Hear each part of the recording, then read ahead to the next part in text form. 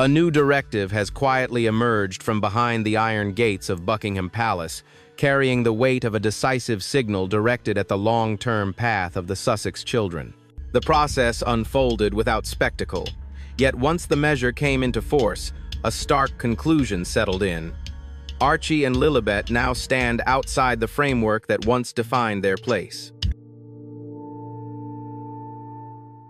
From their distant home in California, Archie and Lilibet have grown up far removed from ceremonial halls and palace corridors, untouched by the rituals that once defined royal life.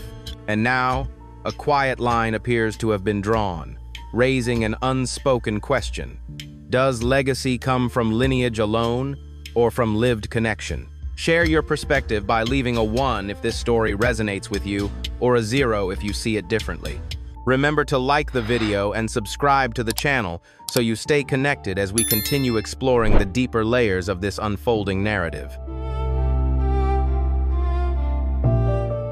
A newly approved rule, attributed to King Charles, has quietly entered effect, one poised to reshape the monarchy's path for generations to come.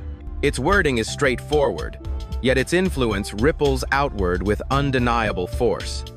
Any child seeking to remain connected to the line of succession must be raised full-time within the United Kingdom, under the continuous guidance of the royal institution itself. There are no special allowances, no alternative routes, no personalized arrangements. This firm stance does more than set expectations for the future. It instantly sends a wave of reflection through the present circle of heirs, redefining what belonging truly means.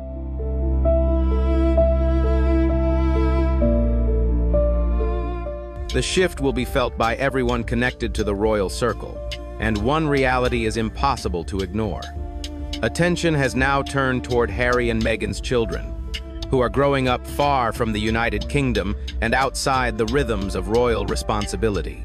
This new framework invites debate and reflection, prompting broader questions about continuity, balance, and how traditions adapt when circumstances change beyond anyone's control. More than a personal matter, this moment represents a defining crossroads, one that tests not only individual roles, but the evolving direction and resilience of the British monarchy itself.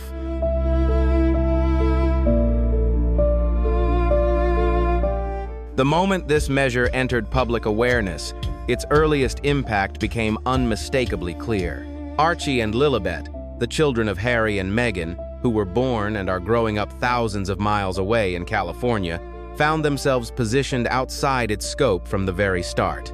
They have not been shaped by ceremonial traditions, nor by life within palace walls, and their daily experiences remain far removed from the rhythms of royal routine. While their names remain linked by heritage, their upbringing follows a path unlike that of other children traditionally associated with succession, underscoring a quiet but profound contrast in how belonging is defined.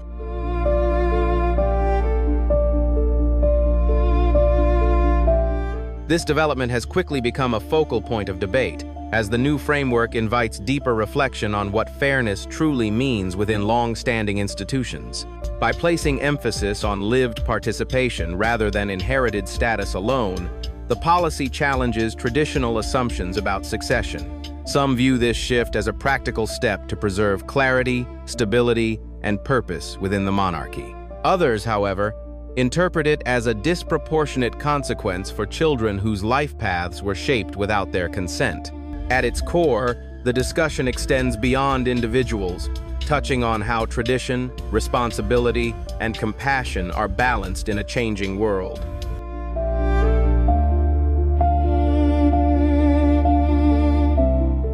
This moment reaches beyond questions of inheritance and touches the core principles the monarchy represents in an era that increasingly values openness and balance. Within royal circles, quiet conversations suggest this was never a routine update, but a deliberate signal.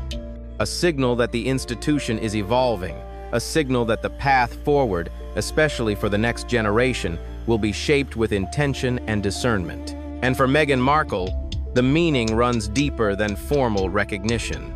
Because in this context, the issue extends past symbols of rank. It speaks to identity, connection, and the enduring human need to feel included.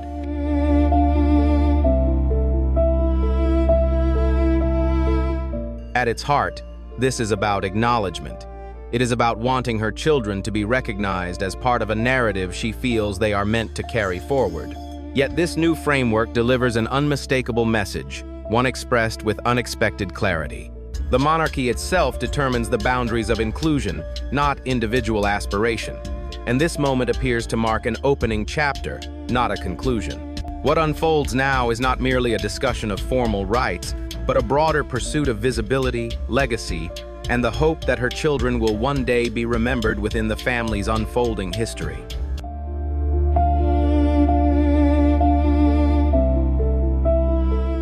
With this move, the institution has clearly set its boundaries, prompting a realization that her children's place within this structure is not shaped by personal will, but by decisions made far beyond her control. The shift extends beyond the children themselves, casting new light on Meghan's own position within this unfolding chapter. It invites a larger question about resilience, influence, and whether determination can redefine where one stands when faced with an unyielding system. For now, the outcome remains unresolved, suspended in a moment that continues to draw quiet anticipation.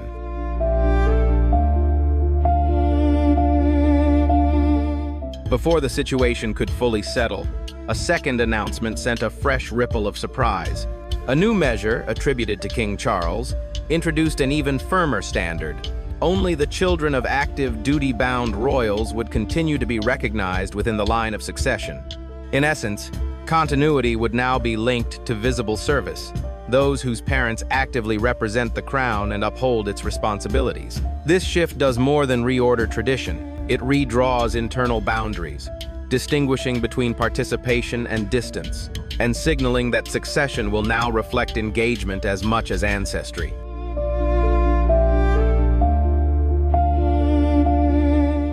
This marks a decisive shift, widely seen as a confident step by King Charles to reinforce the monarchy's structure in an evolving era. By redefining eligibility through environment and involvement, the policy invites renewed discussion about balance and proportionality. Children connected by heritage alone, yet raised beyond the formal royal setting, now face exclusion under these terms. Such a move carries the potential to deepen internal contrasts while also igniting broader conversations about where responsibility begins, how privilege is defined, and what obligations truly accompany a royal identity.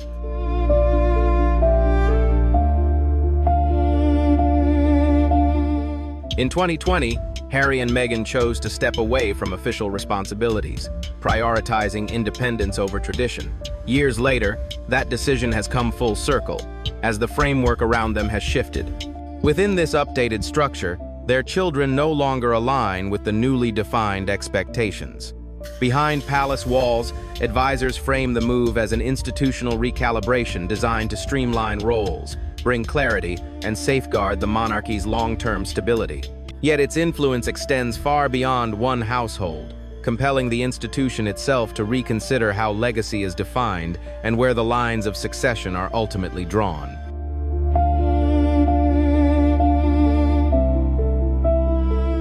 The question now is whether Harry and Meghan will come to terms with this shift or continue seeking a path they believe safeguards their children's future. A decision once made with clarity has revealed outcomes that can no longer be sidestepped.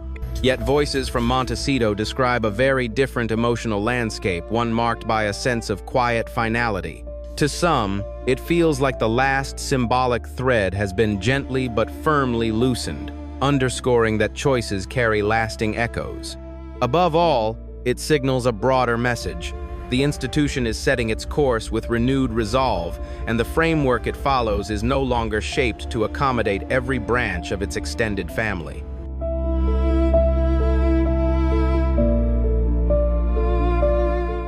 The palace maintains that these measures are purely institutional, not personal in nature. Yet from Meghan's perspective, such separation feels difficult to accept, especially as this marks the second regulatory shift in a short span that unmistakably centers on her children.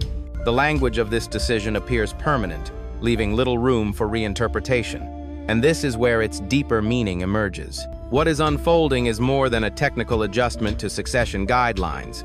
It is a clear demonstration of authority, structure, and the enduring reach of an institution determined to define its own boundaries.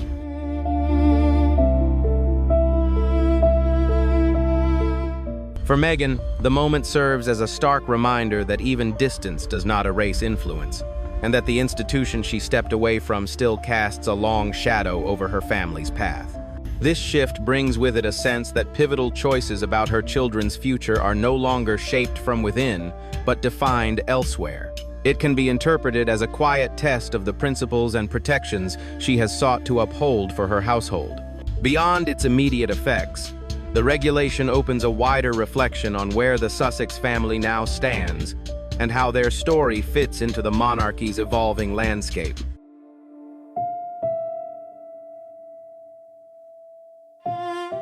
When these two measures came into effect, their impact extended far beyond administrative records or formal documents.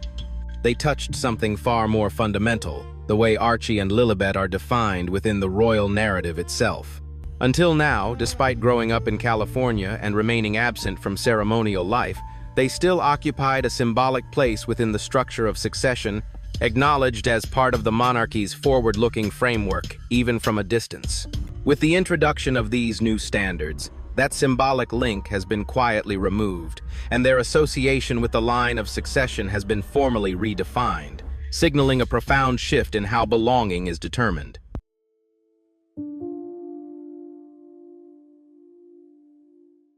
This shift does more than redefine individual identity. It offers a clear glimpse into how the monarchy is actively reshaping its future. The development has resonated well beyond Harry and Meghan, capturing the attention of observers across the world. How the Sussex family adapts to this new reality remains an open question, one that echoes far past a single household. At the same time, the institution itself is confronting a defining moment, one whose resolution may influence the direction, structure, and meaning of royal succession for generations to come.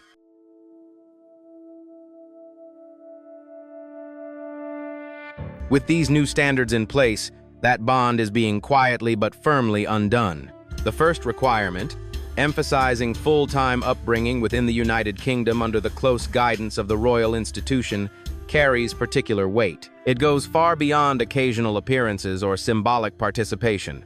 It establishes an expectation of daily presence of growing, learning, and being immersed in tradition from the earliest years. This is not merely an adjustment to procedural rules, but a defining choice that reshapes how future generations are formed, guided, and ultimately recognized within the royal framework.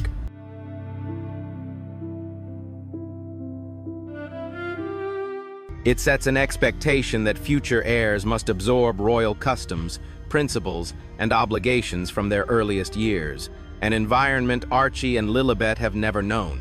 This shift does more than redirect the path of Harry and Meghan's children.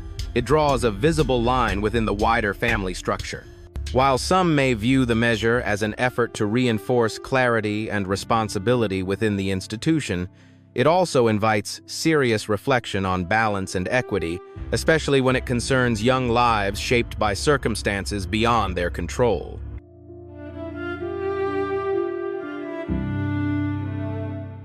This is a reality Archie and Lilibet have never known.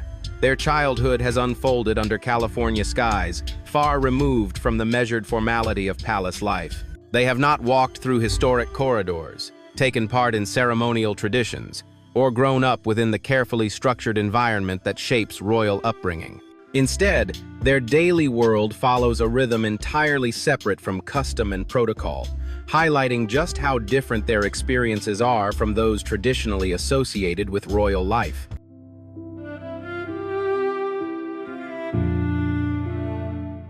They have never lived under the discipline of tightly planned days, or the unspoken expectations that guide every movement and moment for those raised within royal tradition. Their world has existed beyond ceremonial routines, distant from constant observation and inherited pressure. That freedom has defined their reality until now. Yet with the introduction of these new standards, a lasting shift has taken place. Their names no longer appear within the framework of succession, not because of personal action, but because participation in official roles has become the defining measure of recognition.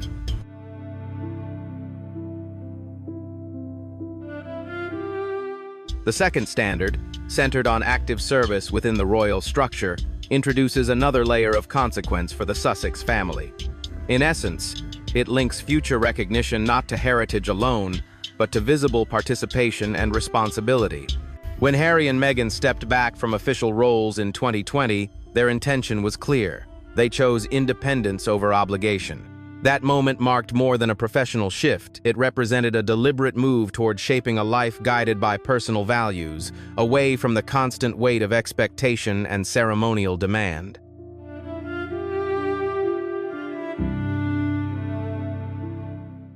With these new conditions in place, the impact of that earlier choice now reaches the next generation, positioning their children outside the succession framework as it currently stands. This shift draws a clear distinction between the Sussex family and the royal institution. While Harry and Meghan's decision can be seen as a thoughtful pursuit of independence, it also invites a wider conversation, one that explores how personal freedom is weighed against inherited obligation, particularly when the future direction of the monarchy's heirs is at stake.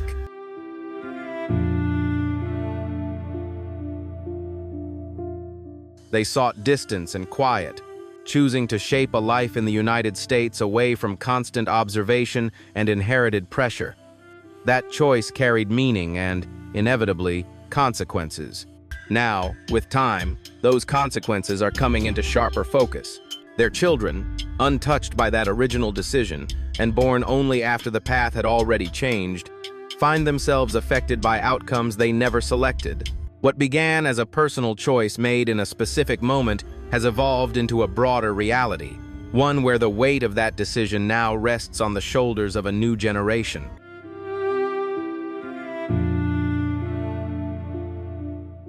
This development has sparked deeper reflection on responsibility, rights, and balance, especially when it comes to children who played no role in the choices that shaped their circumstances. The updated framework invites careful consideration of how fairness is defined when determining eligibility within the succession, and whether young lives like Archie and Lilibet are being reshaped by forces entirely beyond their influence. Beyond its immediate emotional weight for the Sussex family, this separation also introduces complex challenges for how the monarchy approaches continuity, inclusion, and the shaping of its future heirs.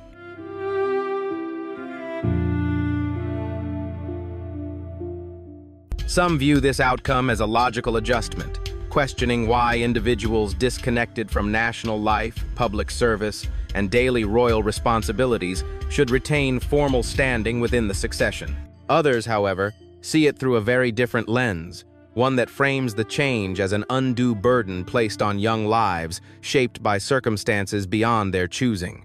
In this perspective, the issue is not participation or location, but the principle of fairness itself, as children who had no voice in pivotal decisions now find themselves affected by consequences they neither initiated nor controlled.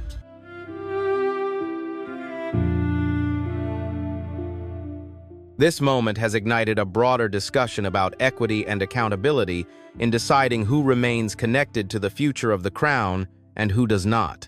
Whatever position one takes, one reality stands firm.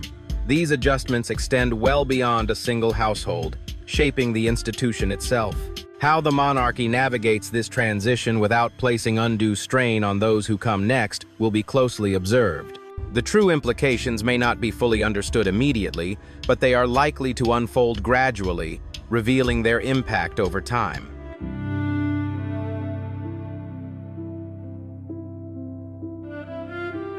Just as the situation appeared to reach its limits, a new development surfaced from within palace walls, subtle, restrained, and carrying a deeper sense of unease. This time, it took the form of an official transparency review.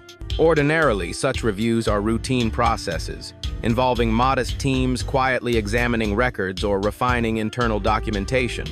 Yet from the outset, this instance signaled something different. According to those familiar with the process, the individuals assigned were not merely administrative figures or clerks tasked with routine oversight.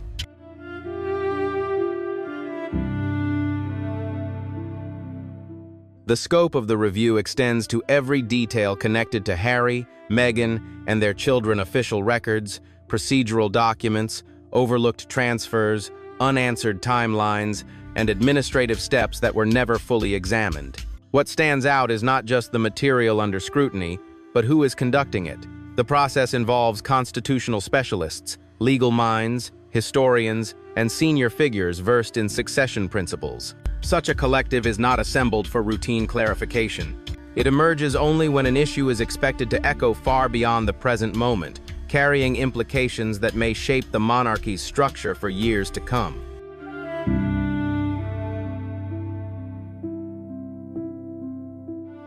It isn't framed as an attack, but it is precise, measured, exhaustive, and designed to remove every shadow of doubt.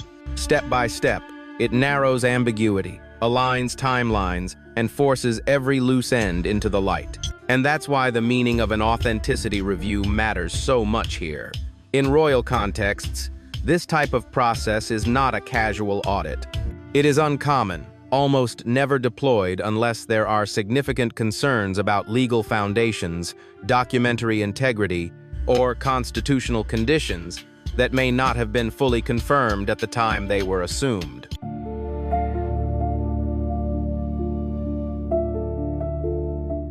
The choice to initiate a focused review centered on this situation suggests a level of internal unease within palace circles.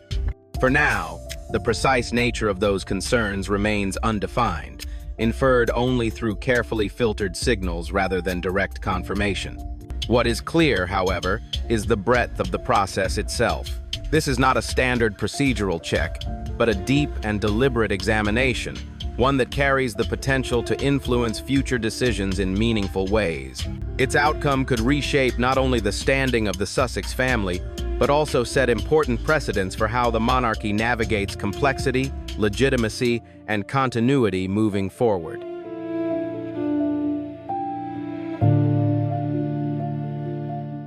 It also highlights rising internal strain, as questions surrounding succession and the future roles of royal children are being examined with unusual intensity. While official explanations remain limited, the heightened focus and quiet concern are difficult to overlook. What has prompted this level of scrutiny? Is the institution seeking stability amid visible divisions within its own ranks? How these underlying tensions shape the path ahead, especially for the youngest members of the royal family, remains an open question. Share your thoughts below, and remember to like the video and subscribe to the channel so you don't miss our latest insights and updates as this story continues to unfold.